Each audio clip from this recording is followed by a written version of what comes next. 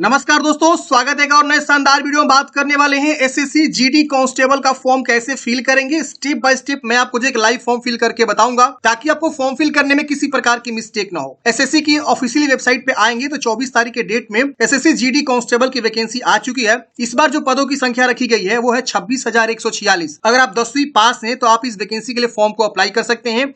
आइए जानते हैं कैसे आपको स्टेप बाय स्टेप फॉर्म को अप्लाई करना है। फॉर्म भरने के लिए सबसे पहले आपको आना है ssc.nic.in की वेबसाइट पे। इसका मैं डायरेक्ट लिंक आपको डिस्क्रिप्शन बॉक्स में डाल दिया हूं, आप क्लिक करके इस वेबसाइट पे आ जाएंगे। यहां आने के बाद से देखिए, अगर आप बहुत पहले मतलब इससे पहले जो वैकेंसी आई थी 2023 में या 2022 था या 21 था, उस समय आप एसएससी जीडी का फॉर्म भरे थे या कोई भी एसएससी का फॉर्म भरे थे, जैसे कि और भी वैकेंसी आती रहती है, एमटीएस का आती है, सीएचएसएल का आती है, सीजीएल का आती है, तो वो फॉर्म भरे थे आप, तो उसी यूजर आईडी पासवर्ड से आप लॉग इन करेंगे। उस समय आपने रजिस्ट्रेशन जरूर किया होगा। तो एसएससी कहता है कि एक बार आप मेरे वेबसाइट पर रजिस्ट्रेशन कर देंगे, उसी से आप लॉग इन करेंगे हमेशा, और जो भी वैकेंसी आएगी उसी से आप फॉर्म को अप्लाई करेंगे। लेकिन अगर आप पहली बार रजिस्ट्रेशन करना चाह रहे हैं, पहली बार आप एसएससी जीडी का फॉर्म भर रहे हैं या एसएससी की वेबसाइट पे आप आके फॉर्म अप्लाई कर रहे हैं, तो आपको यहाँ पे एक नया यूजर रजिस्ट्रेशन का ऑप्शन मिलता है। आप इस पे क्लिक करेंगे तो आपको एक नया यूजर रजिस्ट्रेशन करना होगा, और उसके बाद जब आपको यूजर आईडी पासवर्ड मिल जाएगा तो लॉगिन करके आप फॉर्म को अप्लाई करते हैं। तो देखिए, इस प्रकार से आपका जो है नया रजिस्ट्रेशन करने का ऑप्शन खुल जाता है। ये जानकारी, बेसिक जानकारी भरनी होती है और आपको रजिस्ट्रेशन यहाँ पे करना होता है। बहुत ही सिंपल प्रोसेस है। ऑलरेडी मैंने बहुत बार जो है इसके ऊपर वीडियो बनाया हुआ कि कैसे आपको रजिस्ट्रेशन करना है। वो वीडियो नहीं देखे तो देख लीजिएगा, लिंक आपको डिस्क्रिप्शन बॉक्स में डाल दिया हूँ। मेरे पास एक पुराने कैंडिडेट्स है जिनका मैं यूजर आईडी पासवर्ड से यहाँ लॉगिन करने वाला हूँ।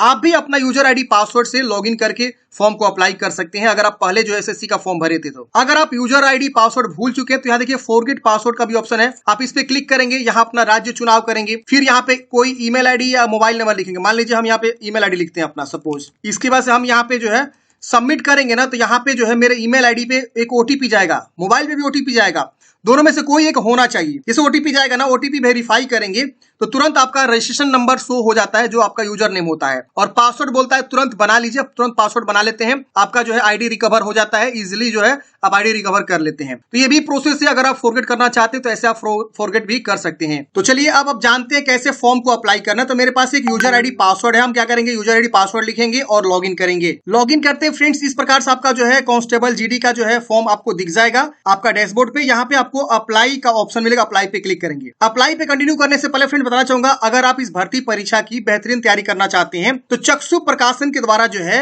ये जो है स्टडी मटेरियल लॉन्च कर दिया गया है। इसमें जो है आपको 2800 से ज्यादा बहुविकल्पीय प्रश्न व्याख्यात्मक हल सहित देखने को मिलेंगे। साथ ही साथ जो है 5 सॉल्व पेपर भी आपको जो इस किताब में देखने को मिलेंगे। तो अगर आप जो है अपनी बेहतरीन तैयारी करना चाहते हैं तो आप इस किताब के साथ कर सकते हैं। बहुत ही अच्छे तरीकों से जो है इन्होंने किताब को यहाँ पे बनाया हुआ है, और यहाँ पे देखेंगे ना तो व्याख्यात्मक जो है उत्तर जो इन्होंने दिया हुआ ना, उस बेस पे आप और भी क्वेश्चंस को सॉल्व कर सकते हैं। इसके अलावा इनका जो है प्रैक्टिस सेट भी आता है। अगर आप प्रैक्टिस सेट भी लेना चाहते हैं तो प्रैक्टिस सेट भी आप बाय कर सकते हैं, जिसमें आपको 11 सॉल्व पेपर और 20 प्रैक्टिस सेट भी मिलते हैं। 3300 से ज्यादा क्वेश्चन आपको इस जो है किताब में देखने को मिलते हैं, जो इनका दूसरा किताब है प्रैक्टिस सेट। इसके अलावा स्टडी गाइड भी है। दोनों का लिंक मैं आपको डिस्क्रिप्शन बॉक्स में डाल दिया हूं, आप क्लिक करके जो है बाई कर सकते हैं। Amazon, फ्लिपकार्ट से जो है आप ऑर्डर कर सकते हैं। अब आइए जानते हैं कैसे फॉर्म को भरना है। तो हम यहाँ पे लॉग इन करना बता दिए थे। अब यहाँ पे हम जो है अप्लाई वाले पे क्लिक करेंगे। जैसे अप्लाई पे क्लिक करेंगे, इस प्रकार से आपका जो है जानकारी खुल के आ जाएगा। जो आप रजिस्ट्रेशन करते वक्त जानकारी दी थे वो सारा जानकारी यहाँ पे आएगा। यहाँ देखिए एग्जामिनेशन 2024 एसएससी जीडी यहाँ पे शो हो रहा है। अब यहाँ पे देखिए एक चीज विशेष ध्यान देना है आपको, अगर आप रजिस्ट्रेशन में कुछ भी मॉडिफाई करना चाहते हैं तो अप्लाई करने से पहले यहाँ देखिए मॉडिफाई रजिस्ट्रेशन का ऑप्शन मिलेगा। आप मॉडिफाई रजिस्ट्रेशन पे क्लिक करके मॉडिफाई जरूर कर लीजिएगा। अगर आप मॉडिफाई करना चाहते हैं तो, नहीं करना चाहते हैं तो अप्लाई पे आगे कंटिन्यू करेंगे। चलिए हम यहाँ नीचे आते हैं, सीधे आपको यहाँ पे आ जाना है 15.1 वाले पॉइंट पे। यहाँ पे पूछ रहा है कि आपको एज में छूट चाहिए कि नहीं चाहिए। अगर आपकी उम्र ज्यादा हो चुका है और आप SC/ST से आते हैं तो आप 5 साल का छूट ले सकते हैं। OBC से आते हैं तो आप 3 साल का छूट ले सकते हैं। तो आप यहाँ यस करेंगे और अपना जो है कैटेगरी यहाँ चुनाव कर लेंगे, जो कि ऑलरेडी यहाँ पे मेरे केस में आ रहा है। अगर आप नहीं लेना चाहते हैं, आप उम्र के दायरे में आ रहे हैं, तो आप यहाँ नो कर देंगे, ये आप उम्र छूट नहीं ले पाएंगे। ठीक है ना, तो ऐसे आपको बता देना। अगर आपके पास एनसीसी है तो हाँ करेंगे और अपना सर्टिफिकेट बताएंगे किस प्रकार का एनसीसी सर्टिफिकेट है आपके पास। नहीं है तो आप इसे नो कर देंगे। इसके बाद से आपको जो है preference of examination centre, exam centre का प्रीफरेंस देना है। तो यहाँ पे आप बताएंगे पहला एग्जाम सेंटर आप कहाँ रखना चाहते हैं, फिर दूसरा कहाँ रखना चाहते हैं, तीसरा कहाँ रखना चाहते हैं। ऐसा आप एग्जाम प्रीफरेंस दे सकते हैं अपने अकॉर्डिंग, जहां मन वहां आप दे सकते हैं। Medium of computer based examination, किस एग्जाम मतलब किस लैंग्वेज में आप एग्जाम देना चाहते हैं, आपका कौन सा माध्यम रखेंगे। तो जैसे यहाँ हिंदी, इंग्लिश, असामी, बंगाली, गुजराती तमाम लैंग्वेज का ऑप्शन दिया हुआ है, तो आप अपने अकॉर्डिंग यहाँ से चुनाव कर लेंगे किस लैंग्वेज में आप एग्जाम देना प्रेफर करेंगे। दोबारा यहाँ पे उसको चुनाव कर लेना है, 2 बार आपको बताना है। इसके बाद स्टेट ऑफ डोमिसाइल, किस राज्य के निवासी अपना राज्य का चुनाव करेंगे, दोबारा जो है राज्य का चुनाव करेंगे, किस राज्य के निवासी है, किस जिला के निवासी है, ये भी आपको दोबारा यहाँ पे चूज कर लेना है 2 बार। फिर पूछ रहा है कि have you migrated from the state of your origin to another state, किसी दूसरे राज्य से दूसरे राज्य में आप जो है माइग्रेटेड हुए हैं, अगर उसके कैंडिडेट से तो हाँ करेंगे। और यहाँ पे इस तरह से आपको बताना होगा कि whether you would like to avail the benefits, कहाँ पे आप जो है बेनिफिट्स लेना चाहते हैं। If you select no the consider will be general EWS category, तो इस तरह से आपको बताना है। नहीं है तो आप नो करेंगे, ये भी आपका डिसेबल मिलेगा। इसके बाद यहाँ पे आपको बताना पड़ता, अगर आप यहाँ पे यस करते तो, कि आप कहाँ से कहाँ माइग्रेट किए हुए थे आप, ठीक है। अब यहाँ पे आपको पोस्ट का प्रीफरेंस देना है। पोस्ट का प्रीफरेंस कैसे देना है समझिए पहले। यहाँ देखिए आप पोस्ट डिटेल्स पे क्लिक करेंगे ना, तो यहाँ पे आपको आ जाएगा ए का मतलब क्या है, बी का मतलब क्या है, सी का मतलब क्या है। अगर आप ए डाल देते हैं पहले ऑप्शन में, तो पहला ऑप्शन आपका जो है यहाँ हो जाएगा क्या, तो बॉर्डर सिक्योरिटी फोर्स BSF हो जाएगा। बी डालेंगे तो आपका जो है CSF होगा, सी डालेंगे तो सेंट्रल रिजर्व पुलिस फोर्स होगा। तो ऐसे आप क्या करेंगे, पोस्ट प्रीफरेंस देंगे। आप चाहे तो इसको बी रख सकते हैं, इसको ए रख सकते हैं, इसको डी रख सकते हैं, इसको आप जिससे आप चाहे वैसे आप रख सकते हैं। यहाँ दिया हुआ है, सबसे बेस्ट तरीका है, आप एक बार नोटिफिकेशन को देखेंगे। यहाँ पे नोटिफिकेशन में दिया हुआ है आपके कैटेगरी वाइज वैकेंसी, जैसे OBC का कितना सीट है, EWS का, जनरल का,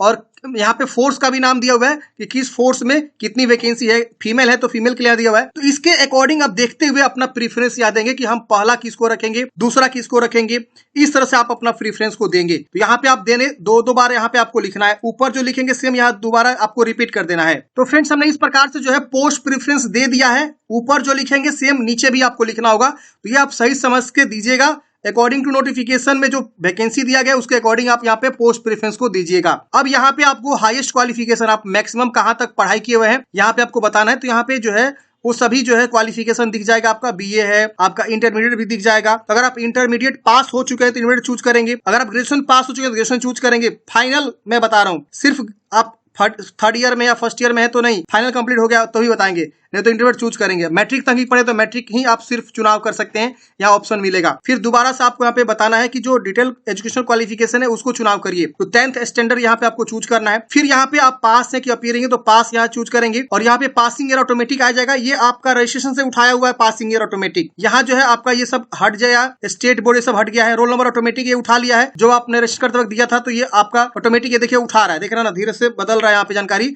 ये आप कैसे उठाया हुआ है, तो ये रजिस्टर करते हुए अपनी जानकारी ऑलरेडी दिया हुआ है। फिर परसेंटेज बताएंगे आपको कितना परसेंट है, तो या तो CGPA बताइए तो परसेंटेज। अगर परसेंटेज हटा के CGPA लिखेंगे तो CGPA आपका यहाँ पे आएगा, देखिए इस प्रकार से, देख रहे हैं ना। अगर परसेंटेज तो परसेंटेज लिखिए, कोई एक ही आप लिख पाएंगे। तो अगर आपका CGPA वाला ऑप्शन है तो CGPA लिखिए, अब परसेंटेज है तो परसेंटेज वाला ऑप्शन यहाँ पे आपको लिख देना है कि कितना परसेंट आपको मैट्रिक में मिला हुआ है। यहाँ पूछ रहा है 27 नंबर में, क्या अपना पर्सनल इन्फॉर्मेशन जो है अवेलेबल कराना चाहते हैं जब अपॉर्चुनिटी के लिए। आप चाहे तो यस भी कर सकते हैं, आप चाहे नो भी कर सकते हैं, कोई दिक्कत नहीं होने वाला है। फिर आपको नीचे आनी है, यहाँ पे अब आपको जो फोटोग्राफ और सिग्नेचर अपलोड करनी है। नीचे में आपका ऊपर में थोड़ा सा एड्रेस शो करता है, आप देख लेंगे। यहाँ फोटोग्राफ का गाइडलाइंस देना है। यहाँ पे आपको फोटो के नीचे कोई भी डेट वगैरह मेंशन नहीं करना है, ये गाइडलाइंस में ऑलरेडी दिया हुआ है। आप नोटिफिकेशन पढ़ेंगे ना, तो यहाँ पे आपको एक जो है एनेक्सर 3 दिया हुआ है। एनेक्सर 3 में ये बताया गया कि आपको फोटो के नीचे कोई भी ये सब नहीं देना है। उन्होंने जो है एक इस तरह से देखिए एनेक्सर 3 में इन्होंने जो है स्पाइस में ना फोटोग्राफ्स दिया हुआ है कि फोटोग्राफ किस प्रकार से हम एक्सेप्ट करेंगे। ये फोटो एक्सेप्टेबल फोटो है, इस तरह से फोटो आपको लगाना है। पहले रूल था कि फोटो के नीचे डेट नाम लिखना था, लेकिन अब ये रूल हटा दिया गया है। बिल्कुल आपको टेंशन नहीं लेना है, बस इतना ख्याल रखना है कि आपका फोटो जो है 24 अगस्त 2023 के बाद का होना चाहिए, उससे पहले का फोटो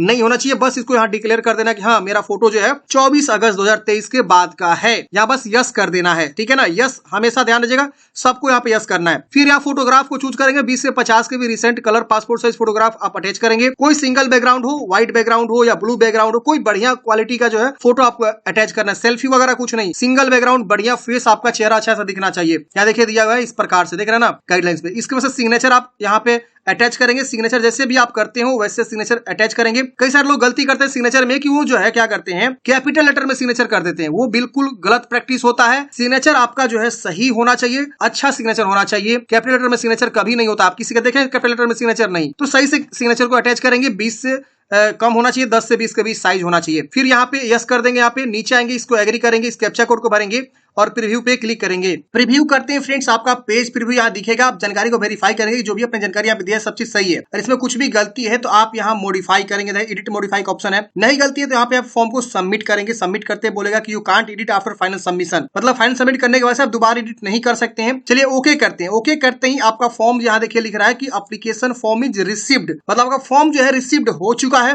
कंटेंट नॉट वेरीफाइड, अब आपको इसका टेंशन नहीं लेना है। कंटेंट अब ये एसएससी वालों का काम है कि आपका कंटेंट को वेरीफाई करेंगे और जो है एडमिट कार्ड जारी करेंगे। आपका बस यहाँ दिखा देना एप्लीकेशन फॉर्म इज रिसीव्ड, बस डन, ऑल डन। यहाँ ऑल डन हो चुका है। अब आपको ओके कर देना है। ओके करके अब आपको प्रिंट निकालना है। तो प्रिंट यहाँ देखिए ऑप्शन मिलता है प्रिंट का। अगर आपका एप्लीकेशन फी लगता है तो यहीं पे आपको तीसरे ऑप्शन में यहाँ पे बनता कि पे नाउ का, तो पे नाउ पे क्लिक करते, पेमेंट जमा करते 100 रुपए का एप्लीकेशन फी, और फिर आपका जो यहाँ पे फाइनल सबमिट होता है। लेकिन मेरे केस में यहाँ पे SC ST है तो यहाँ पे फी नहीं लग रहा है, फीमेल है तो आप फी नहीं लगेगा। आप सीधे यहाँ पे प्रिंट पे क्लिक करेंगे, प्रिंट आउट निकाल लेंगे। पेमेंट पे जाके देखना चाहते हो यहाँ लिखेगा कि आपका फॉर्म जो है यहाँ पे फी माफ है। यहाँ देखिए you are accepted from fee payment, okay, यानी आपका फी माफ है। अगर आप मान लीजिए पैसे जमा करते हैं, आपका पैसा कट जाता है, सक्सेस नहीं होता, उस केस में आप जो है डबल वेरिफिकेशन ऑफ पेमेंट पे क्लिक करके अपना जो पेमेंट को वेरिफिकेशन कर सकते हैं। और एप्लीकेशन स्टेटस पे क्लिक करके एक बार एप्लीकेशन को देख लेंगे, यहाँ वाला जो लास्ट वाला ऑप्शन है एप्लीकेशन रिसीव्ड, ये हो चुका है कि नहीं हो चुका है, तभी आप मानेंगे कि आपका फॉर्म फाइनल सबमिट हो चुका है। अगर आपका जो है एप्लीकेशन रिसीव्ड नहीं दिखा रहा है तो आपका फॉर्म सबमिट नहीं हुआ है, आपको सबमिट करना पड़ेगा सही से।